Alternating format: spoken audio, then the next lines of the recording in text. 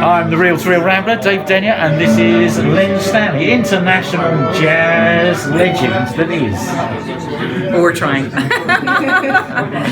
This is a fabulous show you're putting on. Well, thank you very much. I really like your room. Hey. Everybody should see the great decor you put up and your effort. Thank you very much indeed. And the sound is good. Thank you very much indeed. I'd like to ask you just a couple of questions. Specifically, what led you to kind of court the audiophile community to put so much effort into making audiophile quality music rather than just banging out stuff digitally recording using Bernie Grunman. Bernie Grunman. He was my mentor.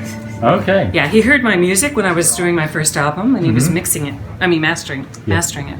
And he turned to me, literally, I can see the moment, turned to me and said, "Have you ever thought about putting this out in vinyl?"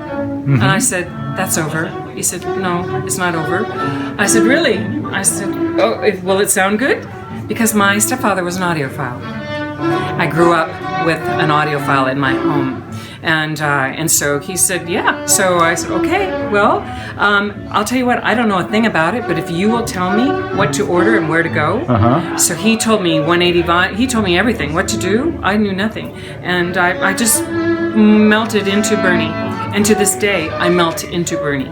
Whatever he tells me I need to do, I do. Well, that's about as cool an answer as you could give, I guess. Bernie Grunman as your mentor, but and it leads perfectly into the next question, which is, so what's it like working with people like Bernie Grunman, Al Schmidt, Alan Sides, all these? I mean, you've worked with some of the top people in the last 50 years in the recording industry.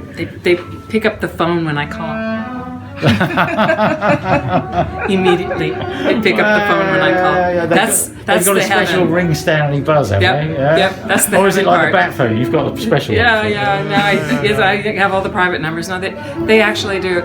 Alan is today. Alan is my biggest advocate. He just says to me, "I can't believe you are so great."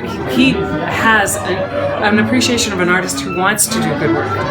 And because he's worked with a lot of artists who don't really know what he's doing behind the scenes, and I'm always saying, and he always said to me, "You have a great ear," because he wants me to be in the mix room while he's mixing, because I can hear things, and I'll say, "Alan, I think this," and he'll go, "You're right. I need to fix." He'll go back and redo something, because he is a tremendous. Al Schmidt is such an art form. Al, he just does it, walks back, and it's like done.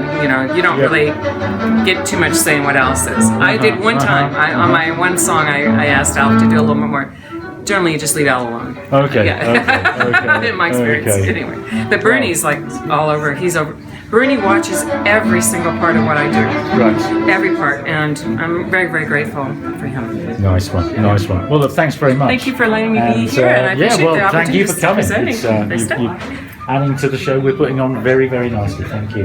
Merci beaucoup. Thanks. Bye-bye. Love me or leave me, or let me be lonely. You won't believe me, and I love you only.